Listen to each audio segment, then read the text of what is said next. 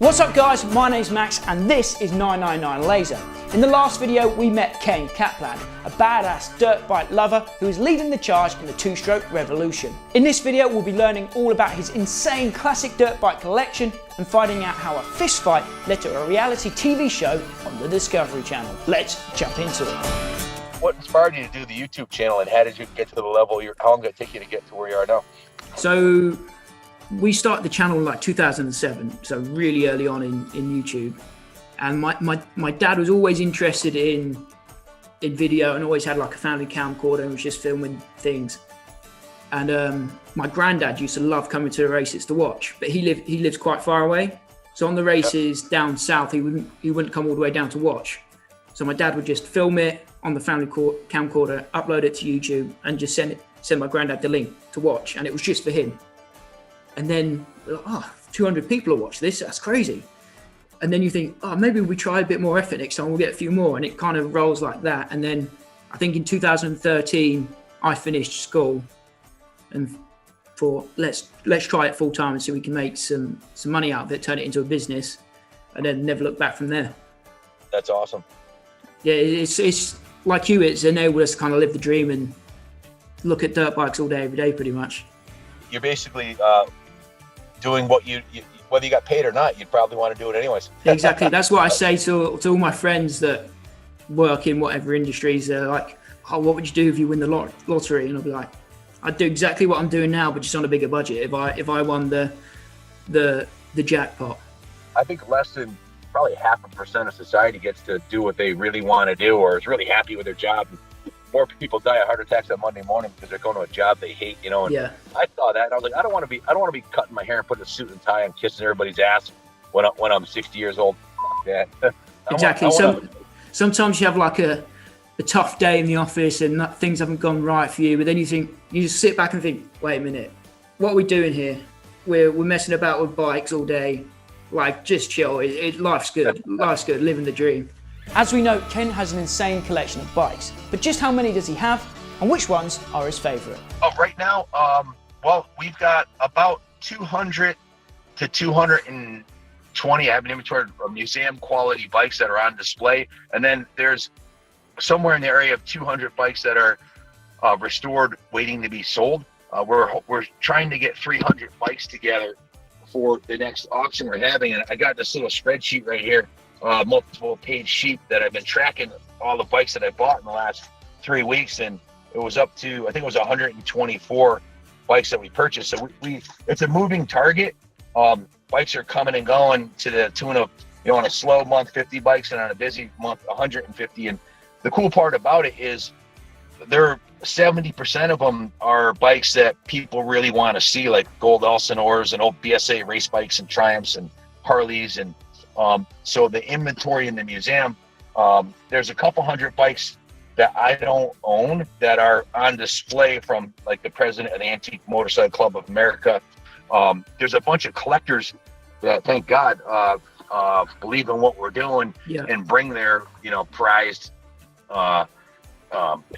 bikes to display. And it keeps it interesting because there's always something different to see in the museum. If you came in 2 months ago and you came in now, you're going to see a different inventory of some world-class pristine museum quality pieces and some, barn finds and as is. And, some of the crustier bikes are even more interesting. Like when I went to the Barber Museum, they have, I think, 900 bikes there. It's the largest museum in the world. They're in the Guinness World Book of Records. Some of the over-restored bikes lose the character. I like the original paint bikes from the 20s, 30s, 40s, 50s, even the 70s and 80s. The original, when you see an authentic, So we try not to over-restore bikes. If it's an original and it's in decent shape, we try to just do all the mechanical stuff, but leave the original patina. That's become a thing lately. What's your favorite bike in your collection then, or the most exotic one that you guys have? Well, absolutely, the CR500. I think that's the correct answer. But Junior's 89 CR500, the 89 CR500, and I have a 96 in love with. That's my main bike to ride. That's probably my favorite bike, Junior's 500, my 97. And then I have a KLR 650 that's hopped up, and I have an XR 650 Honda that's got a stage 1 kit on it. I love the big bore 4-strokes. And then my street daily rider is a 2007 dyno, CVO dyno with a 110. And it's a high performance 105 horsepower motor, and that thing's a hoot, man. I love riding that thing. So those are really my main squeezes. We have like, I think we own like 8 CR500s. I have Robbie Knievel's CR500 in the museum, and we ride it. It's exactly the way it was. Dude, we want to pull the motor apart to see what the hell they did to it, because it's exactly the way that it came. He crashed it, and it's like the bars are a little bent, and the foot peg's a little bent, and the levers fucked up, and the grip's torn. We want to leave it original. Yeah. And we just, the clean air filter, got it, put a plug in it, change the fluid, change all the liquids and stuff in it. And I rode it. The thing's a rocket ship. I don't know. The guy who built his motor, I'm trying to get a hold of him. But we have like Robbie Knievel's CR500. We've got some real nice CRs, but you know how it is when you, with a motocross bike, you kind of get a rhythm with one. So I have my 97. That's set up for me. The gearing, the bars, the seat, the pegs. The pegs are lower, bars are higher, seats thicker. I got the tires I like and the gearing on it. So when I get on somebody else's CR, I feel like a fish out of water, you know? So I have my favorite CRs. I like juniors, and I do like the big bore 4-strokes and the Harley. But in the museum, we've got some really special pieces, like a 1928 BMW that's considered to be the one, like the finest BMW in the world contest. I don't own it, but we've got a 28 Harley Davidson that we call Pinky. It's painted pink. All the chicks love to sit on that one when they come in. And I've got some really unique 4-cylinder bikes from the 20s and 30s, and I love them all. They're kind of like my kids, I mean. I might spend more time with Junior, but it doesn't mean I love Jordan and Taylor any less. I love all the bikes, even the little 50 Hondas. And I got an XR75 in there, a 74 XR. I love that thing. Every time I look at it, I feel like a kid again. Yeah. So for ages, I've been looking for a Mako 700. I know they made them. I know a guy that had one. I think those called the ATK Intimidators over there. You got any of those in the collection? I can't find one for the life of me. No, but one of us needs to get one for sure. That's on the bucket list too. It's so hard. There's a couple of guys in Germany that do them as well, but they're hard to get hold of. It's like a unicorn or something, man. They just don't exist in the US. Yeah. Ken's exploits and his unrivaled passion for motorcycles have opened up some very interesting opportunities, including a TV deal with the Discovery Channel, with a show that's a mix of American pickers, Fast and Loud, and Dog the Bounty Hunter. Now, modern technology is great. It allowed me to chat with Ken, who is over 3,000 miles away, but it's not always perfect. So please forgive the sound issue here. It kind of turns Ken into Darth Vader for a bit, but don't worry, it does fix itself, and Ken shares some absolute gold. The last kind of section I want to talk to you about then is kind of the new business ventures that your motorcycle life has opened up for you. Obviously on YouTube, you've got a popular channel here. And then last year you signed up with the Discovery show, and talk us through how that happened and what your hopes are for that show and the future. Well, like I said originally, my goal was to open a shop to spend time with my son, and I accomplished that. I had no idea it would turn into what it has.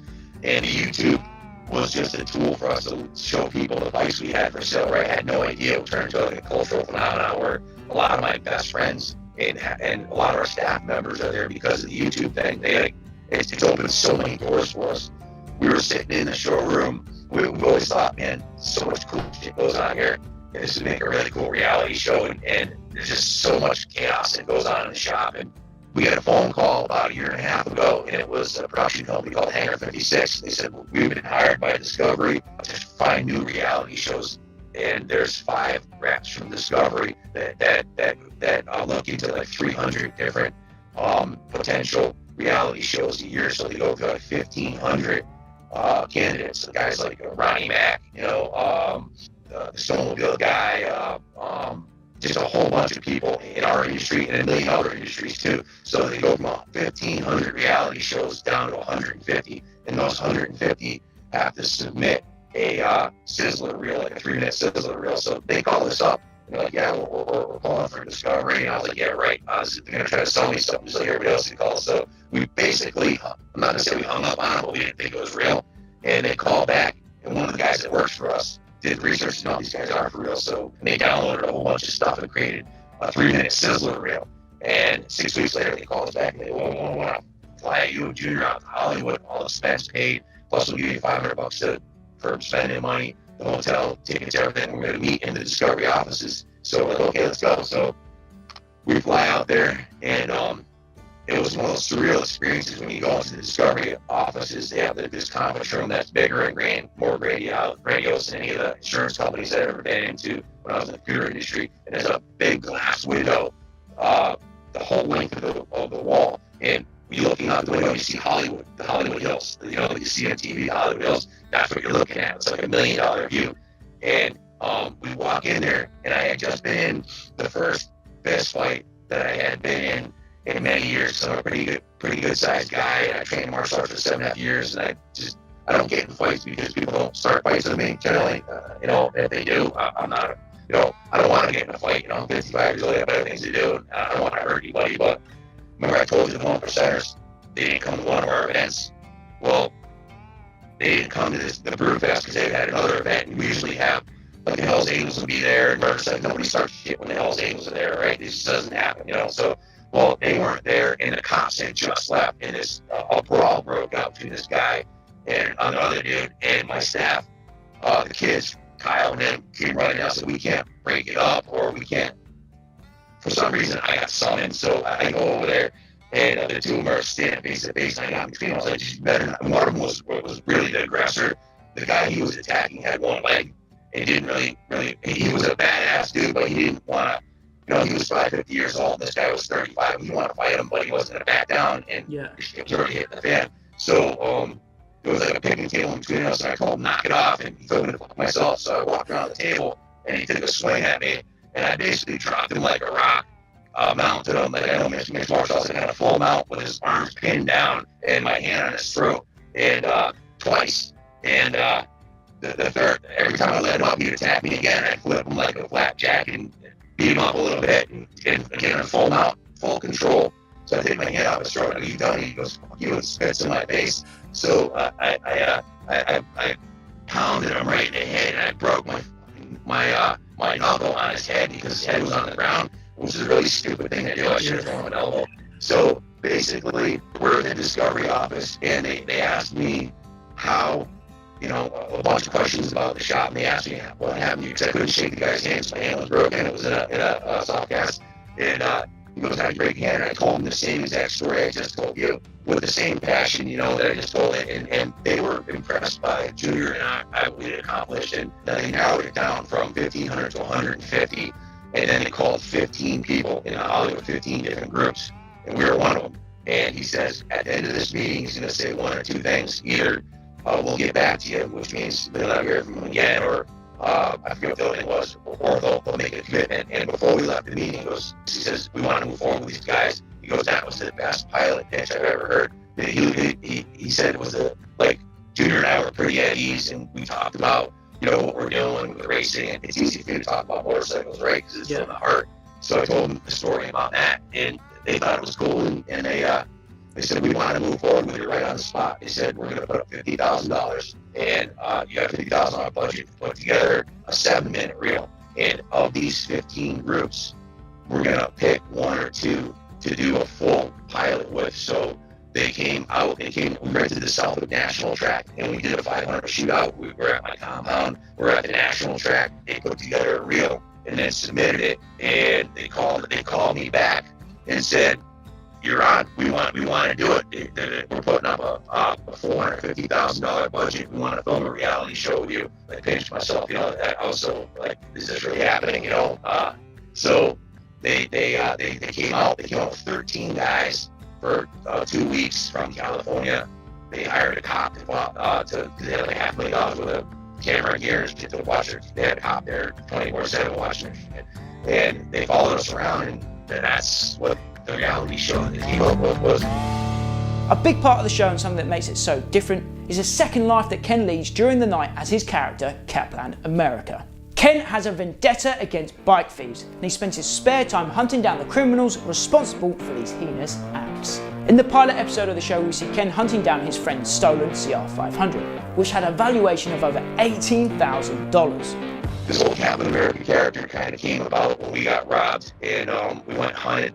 It's a long story. I'll just give you the Reader's Digest version, but I kind of became the spiritual leader for any victims who got their bikes stolen. And because I'm well connected with both the MC, RC, 1%er culture and the off-road community and the police, on social media, I have access to when someone's bike's stolen. I can get it out to all sides of the street, you know, the dirt bike community, the 1%ers, the police. And so through total irony, my friend John Greer, who I met on YouTube, who moved here from California specifically to be part of the 500 culture that we have here, literally moved his family out here to be part of what we're doing. His 3 500s were stolen, and somehow we found out the guy who had the bikes knew that they were stolen. So, and he called us up, and we went out there and basically gave him $1,100 that he paid for the bikes back. The person that stole the bikes, we know exactly who it is. I can't say who it is, but we know who did it. Unfortunately, they weren't arrested for it. So for a bunch of different mitigating factors, but we're able to get his bikes back. But that's become almost a part-time job for me. It almost seems like too perfect for TV. That kind of whole second life that you live in there, and I was going to ask, how true to life is it? Is this what you're really doing out there for your Oh community? My God, yeah, I can't tell you how many times Junior and I, and we've been victimized. The day before the museum opened, the day before, one of my employees, Tim Lodge, had 4 vintage bikes, 2 of them national championship winning bikes, and 2 of them museum quality bikes were stolen, and a kid got killed. He stole his bike. One of the wheelie boy inner city guys from I don't know if he stole it or they sold it to him, but he got killed on the bike like a couple days after our grand opening. So we will go into wherever the leads are. Me, Junior, and 3 other guys bigger than him. We have this, we call it the zombie apocalypse vehicle. It's a Ford V10. It's in the reality show briefly. It's a V10 with one of those big gnarly front bumpers and big jacked up tires, and there's weapons everywhere on it. There's axes, machetes, and we go to where the bikes are with baseball bats and other tools, you know, to find them. It hasn't happened recently.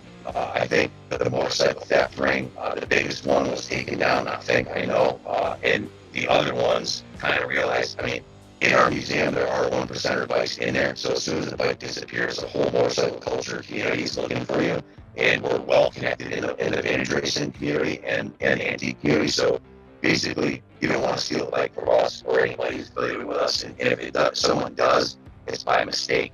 As much time as I have to devote to that, I do. You know, I don't want to get arrested, and I don't want to kill anybody, nor do I want to be killed. But I feel pretty motivated to help people out when something, especially a friend of mine or someone I know, someone in our community is robbed. So the best tool we have is YouTube and Facebook.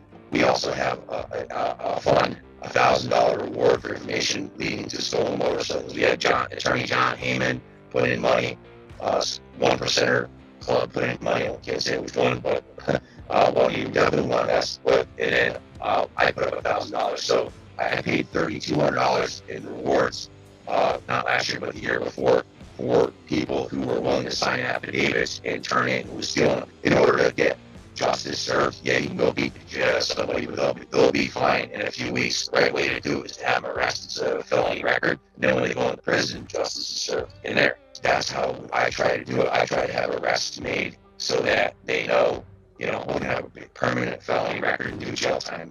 Beating the fuck out of them, it doesn't accomplish enough. Again.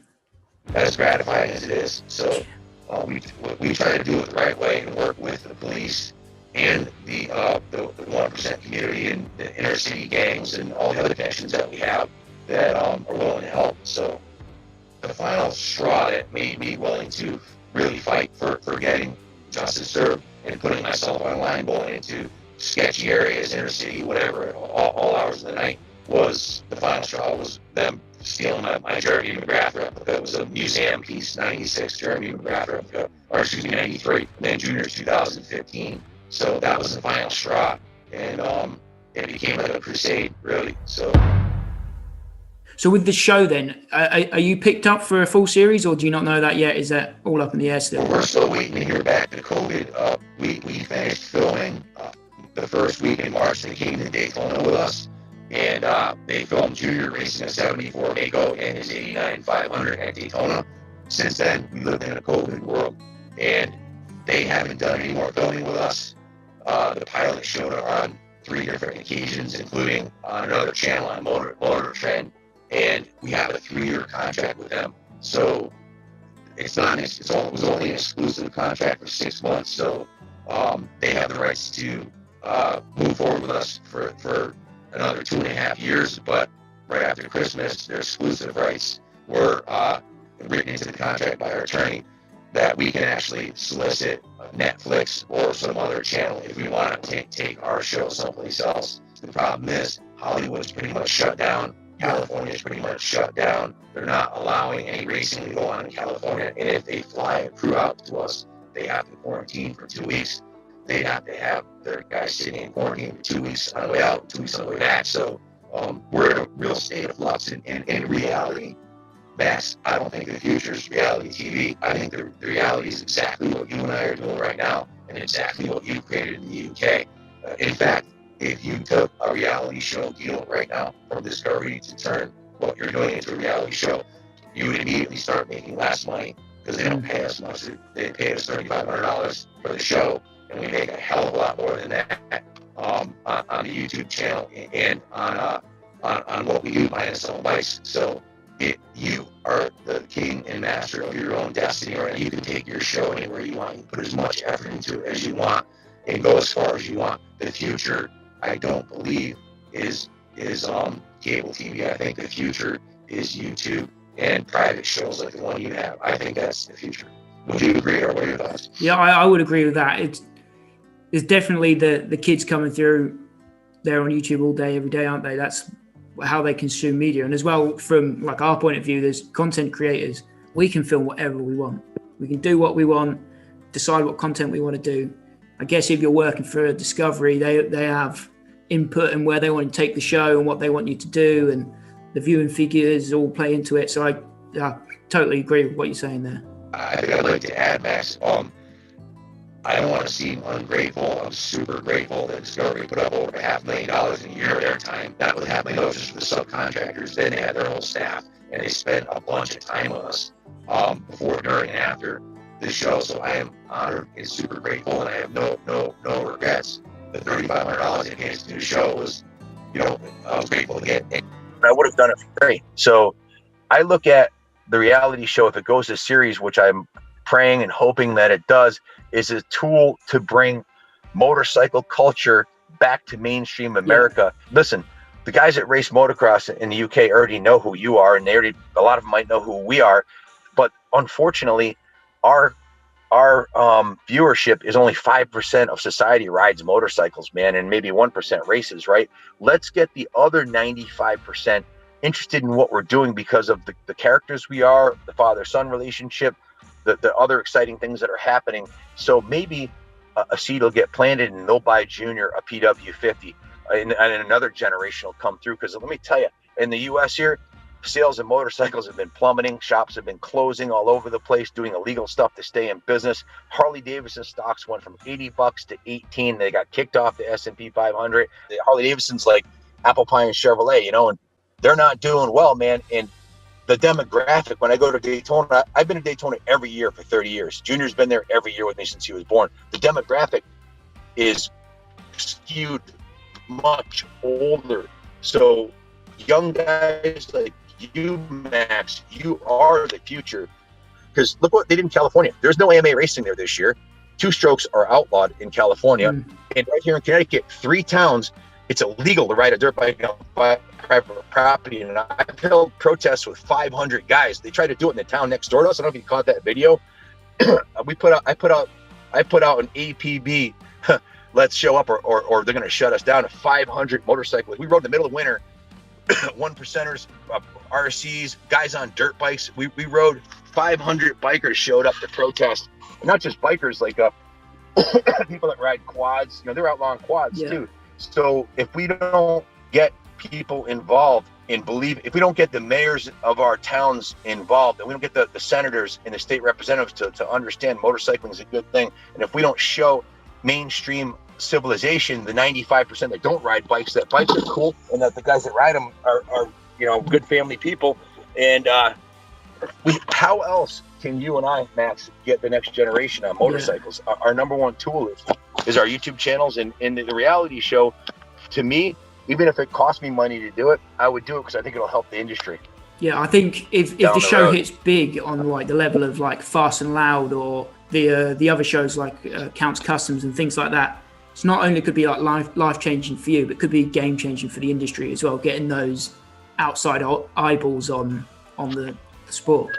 Just hoping and praying that they pull the trigger and order a series, and that we'll get the shot to do that. And I'll we're not professional actors. We're just guys doing what we love to do. So I hope that the love and passion for the sport comes through, and it gets people excited and gets people back off the couch and back on the track and people riding. And I know our YouTube channel has inspired a lot of people, because I get messages all the time on the channel that they got back involved and they bought a vintage dirt bike because of what they saw us doing, and they're getting their kids into it. And the thing that excites me the most is the kids that are watching our channel. We had one of our events, and I was all my Kaplan America Harley riding gear. You wouldn't expect a 1.5-year-old baby girl to come running over and jump into my arms. That happened, and her mom came up right behind her and says, "Yeah, she watches your channel every day with her dad and I. We love what you're doing," and they've become like family. I went to her second birthday party this summer. So cool. Yeah, having an impact on kids. That's for me what it's all about. And I've accomplished that with Junior. I've accomplished it with them and their friends. But how do we get the motorcycle industry and culture back to where it was in the 70s, 80s, and 90s? Because after 2008, man, it took a big hit.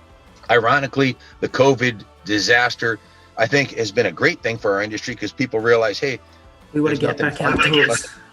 Yeah, hey, buy the kids a Honda 80 and stick them in the backyard. They'll entertain themselves all summer long, I've watched the pilot, and it definitely, your guys' passion definitely comes across, and I think that will definitely inspire people to get involved in the sport, I think. We did the absolutely best we could do, man. Junior and I. It was so fun. It was so watchable and so fun. We really, me and my dad both watched it here. We really both enjoyed it. So fingers crossed for us as well. We want a full series as well. Oh yeah, thanks, brother. I hope so. You know what I say at the end of the day. One of my wisest friends came to see me about 5 years ago, like the fourth time I ran out of money on the mill restoration and the museum creation, and he knew I was a little bit down on things. He goes, "Ken, I know you're out of money. I know you're wondering how this is going to come to fruition." He goes, "If it happens, if the museum opens and the shop is a success, it's God's will, and it's supposed to happen. If it doesn't, because you've done 100%, you're sober and sane, and you've given everything, you've given 100%. If it doesn't happen, then it's not God's will, and you can leave knowing you did the best you could." And I've taken that into every facet of my life. Like with the reality show, if it's God's will for it to happen, it's going to happen with Discovery or Netflix, or maybe it'll end up in the UK. Who knows? Someplace else. If it's supposed to happen, it's supposed to happen. And Junior and I are ready, willing, and able. My daughters want to be involved. Christy, we all want to do it. My whole staff, kicked ass, man. I'm so blessed. The guys like Billy Blythe and the Wizard, who aren't actors, man. They did it. Yeah. They were natural, and they did an incredible job. And I was really proud of them and grateful that they're all with me on the team. I've got a kick-ass team. So if it's meant to go to that level, great. It's all in God's hands, and we just show up and bust our ass, do the best we can, and leave the results with Him. That takes all the pressure and stress off of me. Ken, I think I've taken up enough of your time today. I really appreciate it, dude. Hey, Max. You think you can pull some strings and get Neville to come over with you to race? Well, I'll definitely try and get him to come over and do with us and do some stuff. Tell him he's got a sponsorship, you and him both, from the New England Motorcycle Museum and Kaplan America. We're gonna hook him up with a CR500. Just tell him to bring his suspension over, or tell us his suspension settings. I got a bike for you and him, and a place to stay. Just come over, and if you guys can pull it off this year, we'll plan the 500 shootout the weekend around the 500 National. The Southwick National. So we can go to the National together, maybe race the 125 support class, and then do the 500 shootout. It'd be freaking awesome. It'd be YouTube gold for sure. Yeah, that's we also have Ronnie Mack. We're doing an event with him this summer. So why don't we get you, me, Ronnie Mack, and a couple other guys together. Neville, we'll just have a kick-ass time. Yeah, that sounds epic. That sounds like a plan to me. Who's excited to see that collaboration? If you are, let me know in the comments down below what you'd like to see us do. Once again, a big thanks goes to Ken for taking the time to chat. Check out his channel here. Also, a massive shout out goes to Jake Griffiths for always sharing the love. Cheers, mate. Appreciate it. As always, guys, I'm Max. This has been 999 Laser. Remember to like, share, and subscribe. Till next time, I'll see you at the track.